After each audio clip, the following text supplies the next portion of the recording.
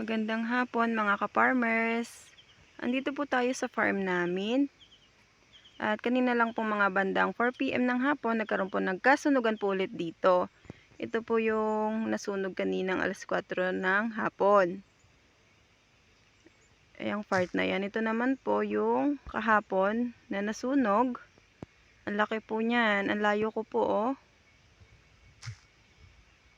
Hindi lang po yan basta nasunog or ayan po ay sinadyang sunugin ng mga dumadaan dyan. Hindi po namin alam kung bakit nagagawa nilang magsunog ng gubat. Hindi ko alam kung anong pakinabang nila kung kaya't sila ay nagsusunog ng gubat. Salamat na lang dahil hindi na sunog yung traktor namin. Dahil sa gubat na yan sa baba na yan, yan po namin pinapark yung traktura namin. Buti na lang po at mabilis kumilos ang aking mister na itago niya po agad sa ilat or ilog ang aming traktura upang ito ay hindi mahagip ng apoy. Dahil malayo po kami sa bayan. Dito po kami sa bundok ng Bagak, Bataan. Ayan po oh.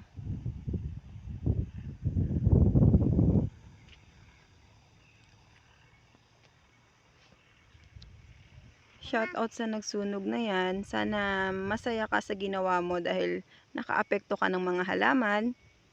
Mga halaman na sana ay buhay na, ngayon ay namatay dahil sinunog mo. Shout out sa iyo.